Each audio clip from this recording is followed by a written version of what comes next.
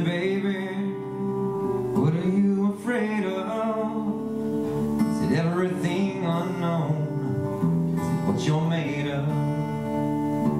Tell me, baby, what makes you angry? Is it all the things you feel never changing? Well, give me just a little bit. Well, let me have a handful. Well, I'm only holding it, and you have the answer.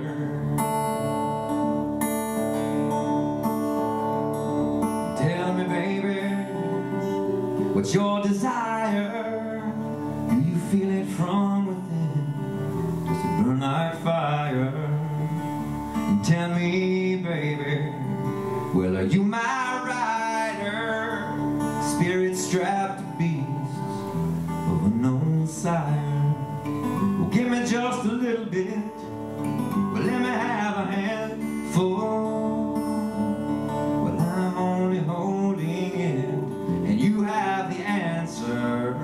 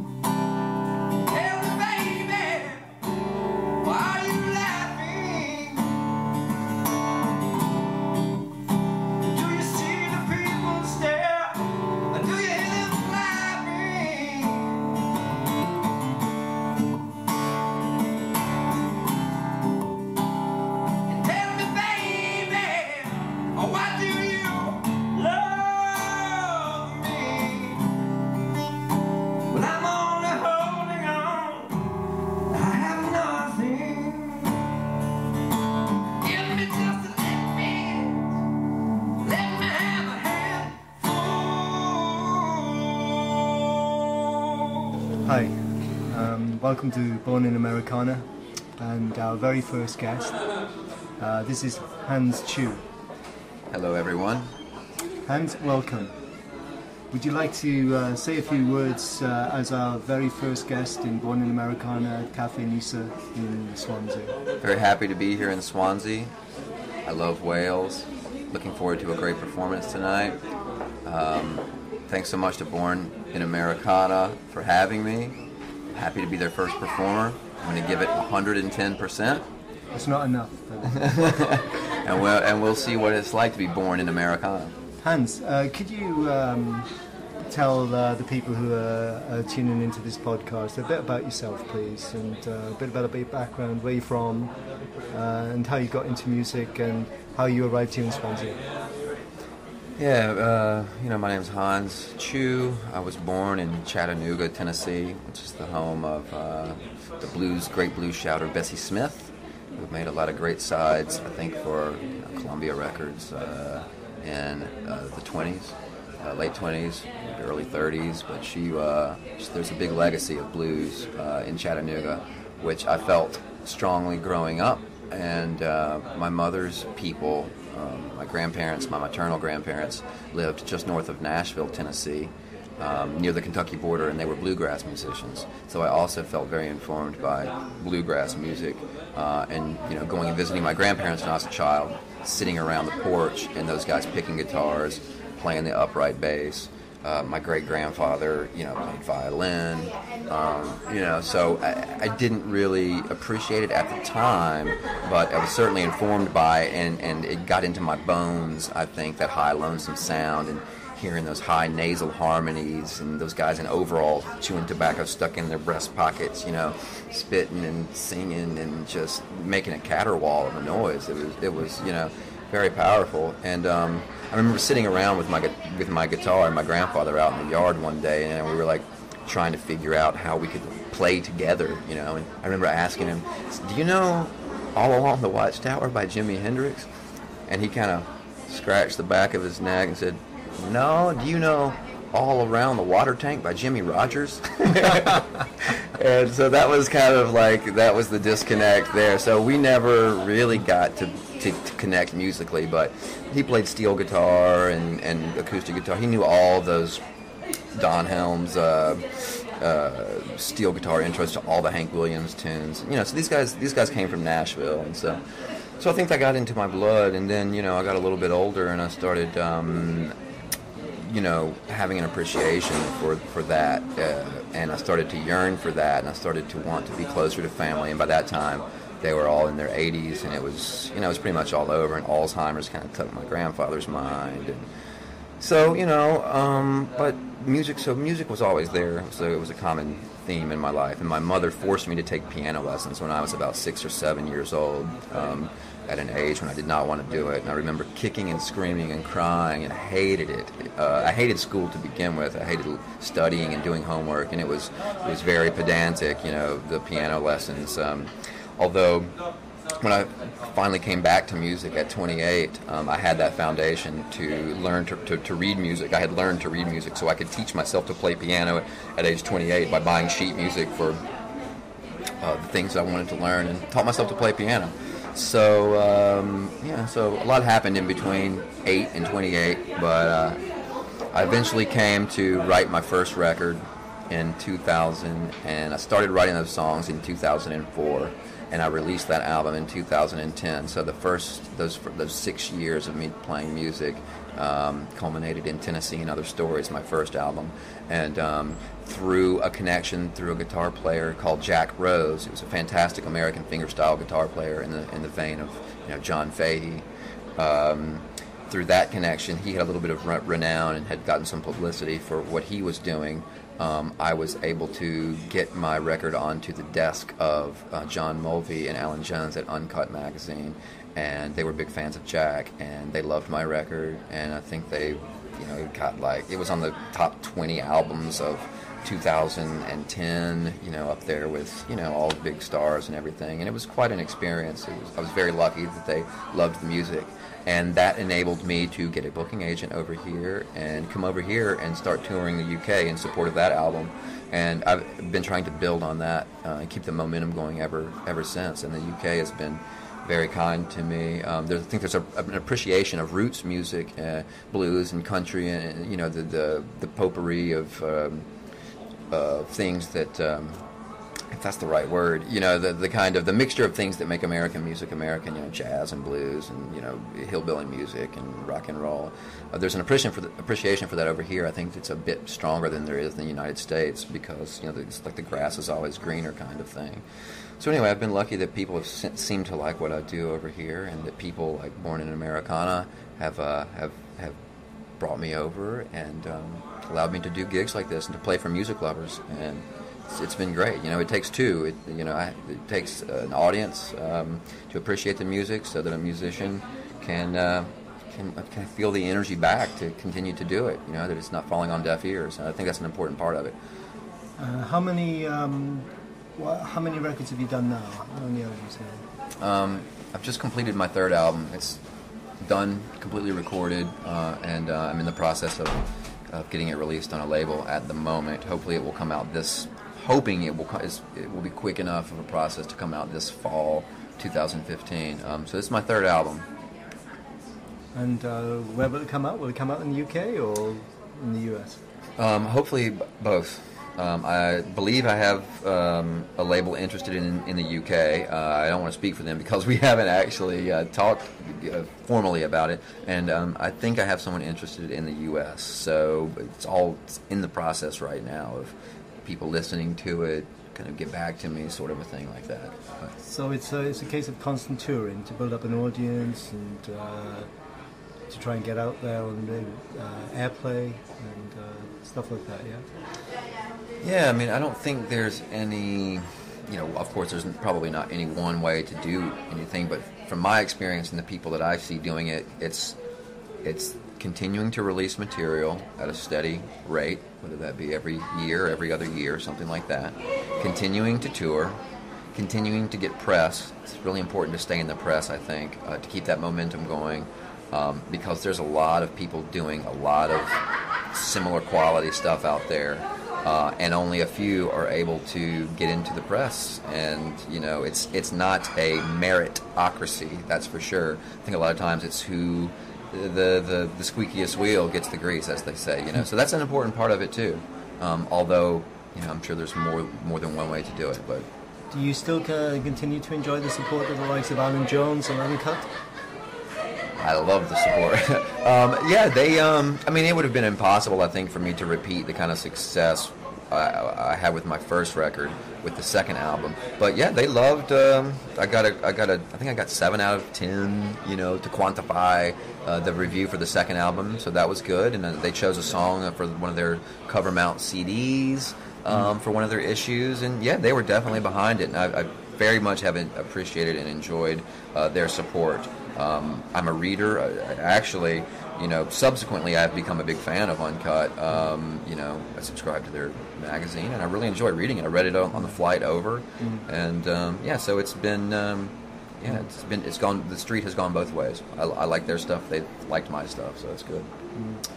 As a late developer, musically speaking, because you spoke of having piano lessons when you were a kid, and then starting to take it seriously or going back into music when you were 28.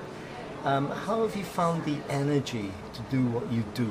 Because in what is, ostensibly, either you build up those reserves over a lifetime of music making, but in your case, that wasn't the situation.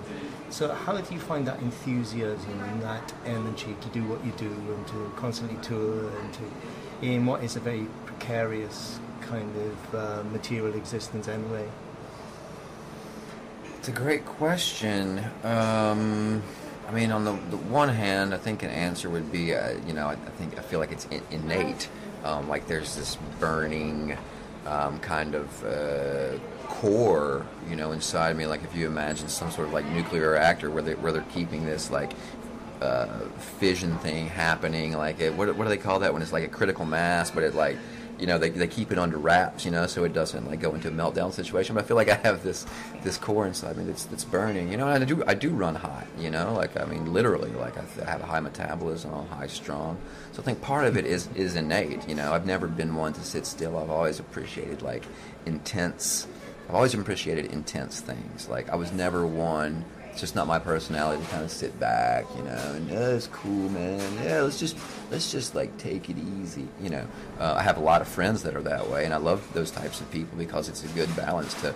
But I'm one of the types of people that's just like, let's fucking, pardon me, let's run, let's go climb something, or let's bang on the piano, or let's So, but I know that I need to do the work to achieve results. So on the other hand, I think sometimes I don't feel like it, but I know that I have to sit down at the piano. It's like writers talking about just sit down and write, just anything. Today I went to the store and I picked up a pack of eggs, and then I made some eggs, and then before too long, as you're writing, you're just like, oh, there was a knock at the door, and it was a dark and stormy night, and the eggs started to burn. I could smell the smoke, and then I burned my hand. So if you just kind of like through the process of just forcing yourself to do it, putting the energy out there, the energy comes back.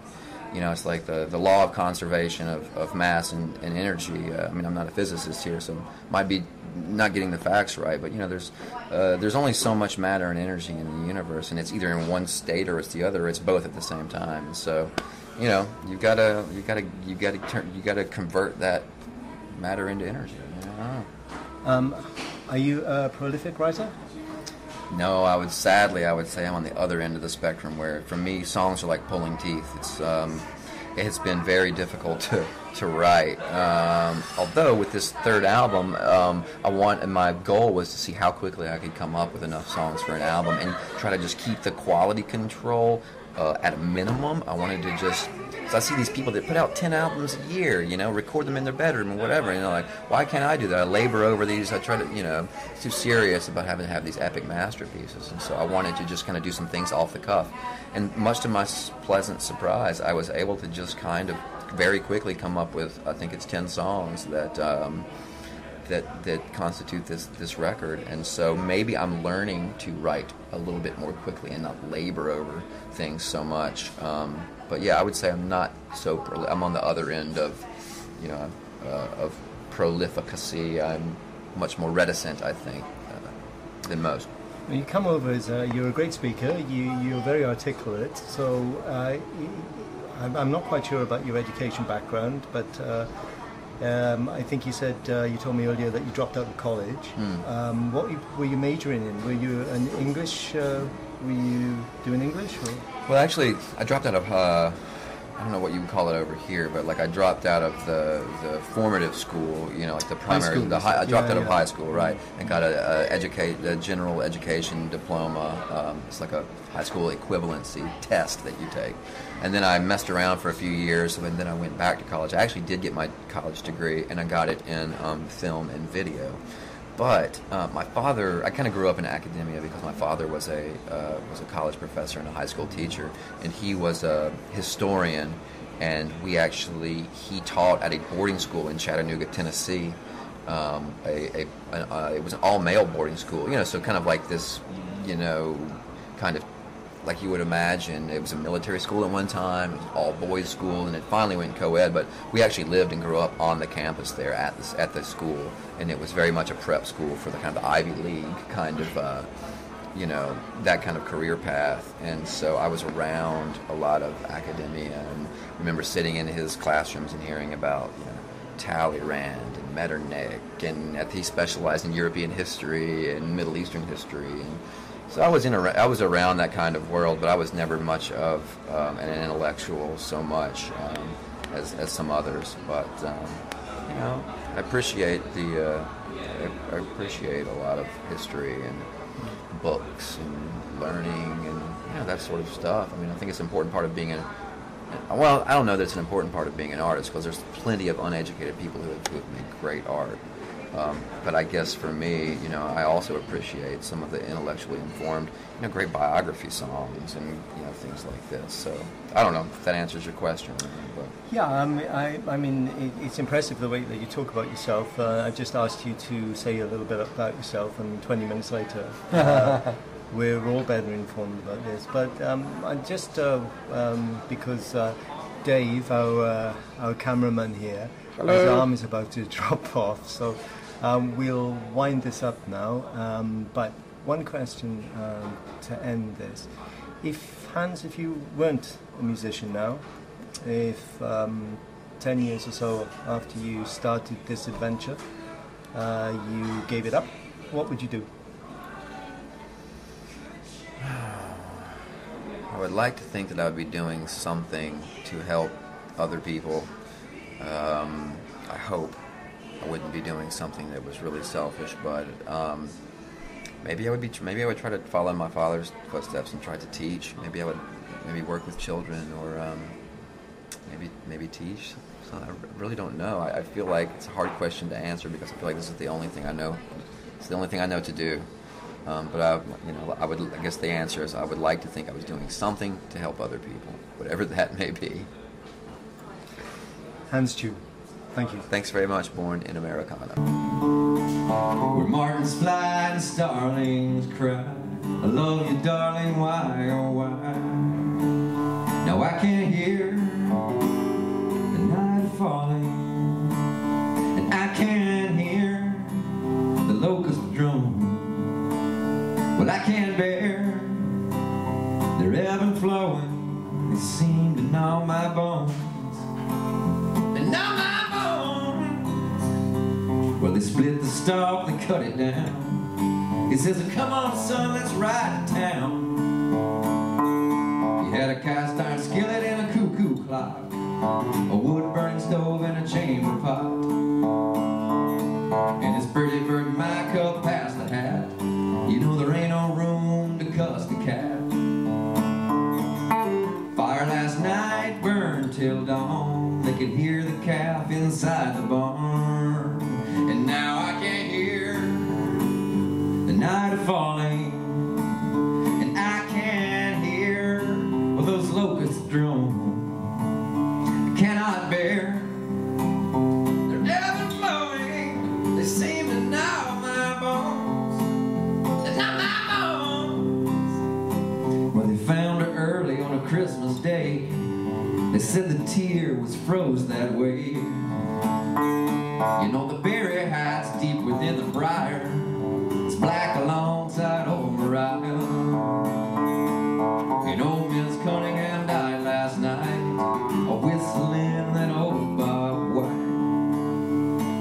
It's just a piece past 59, an old Mount Eagle and the Muscadine.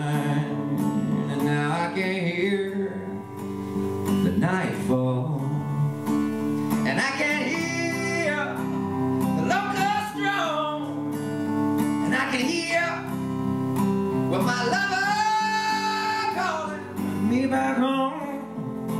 She calls me home, and now it's my very bones calls me home. Lord, how I miss home.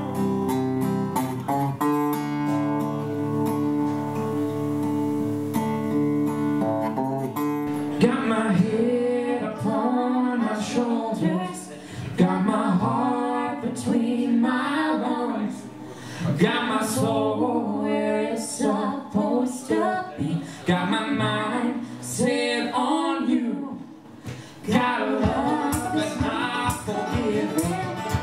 She'll shoot you between the eyes, she turns you cold and she'll turn you to stone with a voice that can make you cry.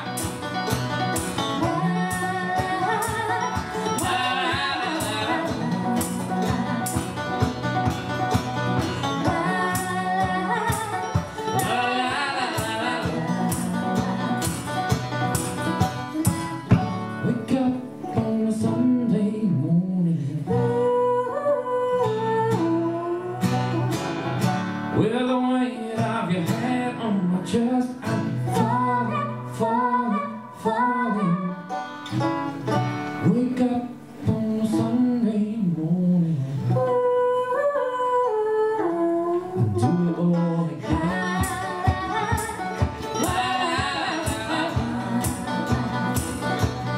Do it all again.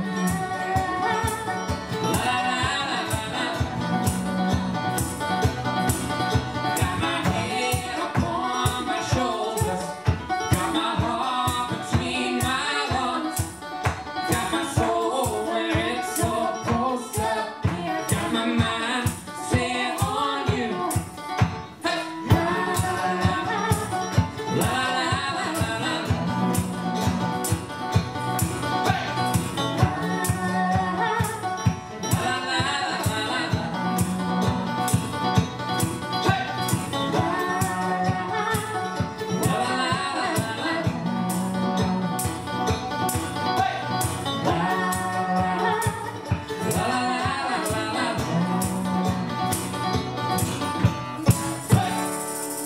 We'd love to welcome Dowie and Lucy of Little Folk.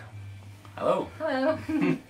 Guys, could you please tell us a little bit about the genesis of Little Folk and how you've ended up here tonight? Yeah, well, initially it was my brother's band, and then myself and my other brother joined it to form Broken City Skyline, which was our first incarnation. Which was a rock band. Which was a rock band, and then people faded, we got new members, and then it turned into Crime Wolf Club, which Lucy joined. Which was an indie band. Which was an indie band, so we were making that progress, and then my brother got a job on some cruise ships, so he left. So it's just me, Lucy, and my little brother Mark that formed Little Folk, which is a country folk band from Swansea, and just starting out getting some new gigs and finding our feet really and what we want to do. Could I ask you how you went from indie to what you just described as country folk? Why did you think country folk was the kind of music that you wanted to well, explore? it's kind of the music we were listening to, and the other bands we had were other people's other influences joining in, but like country folk is what me, Lucy and Mark listened to. And it's what we enjoyed playing. These started learning the banjo, so then you got more into it, and then it progressed. Then That's what we are now. what we are now, yeah. And what are you now, in the sense that Dave informs me, again Dave is holding the camera. Hi. Dave informed me that you are getting quite a following in Swans. You're certainly a reputation for the kind of music you play. What do you put that down to? Yeah, well, I think it's just individuality really. It's like we play original and covers, and like I think the covers we play are quite old folk songs, traditional songs that really haven't been done over here per se. It is They probably have a been played, resonance with people, don't they? yeah, probably I think, played to death over the pond in America, but over here it's still quite fresh and new, and people are always coming round to the music. So and I think that's what people enjoy really, because foot stomping and people seem Gets to people enjoy going, it. Yeah, doesn't gets it? people going. Would you say that people do eat, there is an appetite for the kind of music that, rather than indie music, for example, that you play? I think it's becoming more popular. I think it's isn't becoming it? more popular through time. Yeah, more and more people seem to be doing it, and There's a lot more country and maybe folk bands are getting a bit more recognition over here now, rather than just in America. like the Shires and Yeah. such. Yeah, absolutely. Do you see those as kind of role models for you, the Shires? Well, yeah, we enjoy their music. Obviously, they're quite new still, and but we're similar in the way, like the harmonies and such like Yeah, that. boy-girl harmonies. The I think that boy-girl goes yeah. down quite well. Yeah, people seem to like the harmonies. Yeah, the harmonies in your music are very, very nice, actually. And That's down to Lucy, that is. yeah, well, harmonies need to. But Lucy, what is your role in the band? Well, first out, I play the tambourine. It's a very hard instrument to Leads play. tambourine. Leads tambourine. But no, I come up with most of the harmonies, don't I? Yes, yeah. Joey writes most of the music, and we write songs together. Lyrics together. Mark writes the banjo there. Yeah, Mark writes all the banjo parts, and I usually come up with the harmonies. Yeah. Okay, so you share lyric duties? Yes, yeah. Like I'll come up with a premise, and if I'm stuck, or like Lucy can chip in and she'll tell me straight then if it's any good or not. So obviously this begs the question that you guys are partners in real life. Yeah, we're married. Yeah. Yeah. So you do your songwriting at home, yeah? Yeah. Yeah. You know, Lucy very generously gave me a music room. Those guitars all over the house, basically. So I made a music room for him. So Yeah. it's got his guitars and his piano and everything in, his banjo Records. and all his records. Well, it's early days for your musical Yes. marriage. Yes. Because you've only been married 2 weeks, is that right? First 3 of May, weeks, 3 right? weeks, yeah. 3 weeks. 3 weeks Monday, yeah. It is the 20th of May tonight, and, so the guys got married on the 1st of May. Yeah. May, yeah. Congratulations Thank from you. everyone born in Americana. What do you think is your musical road ahead? What are your plans for the future? Continue what we're doing really. We seem to be going up a hill at the moment, and we just want to continue doing it. We've got Going up a hill is not such a... it's not, no, A road. well, We're going on a journey. Their career is taken off. yeah, like a rocket. No, but we've got a few gigs now lined up for the end of May, start of June. We've got a couple of festivals. We've got the Cowbridge Food and Drink Festival. We've got the Tavern Rock, and we've got the Clydach Music Festival as well as these Cafe Americana gigs, and what other gigs we got? We got like it's quite building up. We're Yeah. also looking to record an EP EP, as well. Yeah. I was going to in the ask you next couple about of your months. recording plans. Yeah. Do you have anything at the moment that you've recorded? Well, Mark works as like a studio. He's got his own home studio, so we're going to record some demos first, just to get. So we want to get like 4 songs, about 4 solid songs. That's why we keep trying to write new songs every week. Trying to change our setup a bit as Yeah. well, see which songs go down well, which Yeah. songs we can improve on, maybe take bits from certain songs and put them in other Keep ones. it fresh. I noticed that you said tonight, during your set, that you actually played 3 songs that you've written this week. Yeah, Yeah. 3 brand And new it's ones. only Wednesday. Yeah. So would you describe yourselves as very active writers then, or is just at this time you're entering into a phase of active writing? Well, I'm usually quite active as songwriting. Always got lyric, but I got about Notebooks. I have notebooks of lyrics. But a couple of months ago, I did struggle. But I think I was due to planning of the wedding and stuff. But now, they just seem to be flowing out. Great. Usually, when somebody's happy, it's not such a good No, time for writing. No. You might be an exception to the rule. I Maybe. think. Yeah, Yeah? probably. Yeah, well, that would be nice. So we'll all be thoroughly sick of your happiness. On behalf of Born in Americana, I'd like to wish you all the best in your career and in Swansea and beyond, and look forward to seeing you at a Born Americana gig soon. Thank you very much. Thank you very much for having us. Cheers. Thank you. Well, feel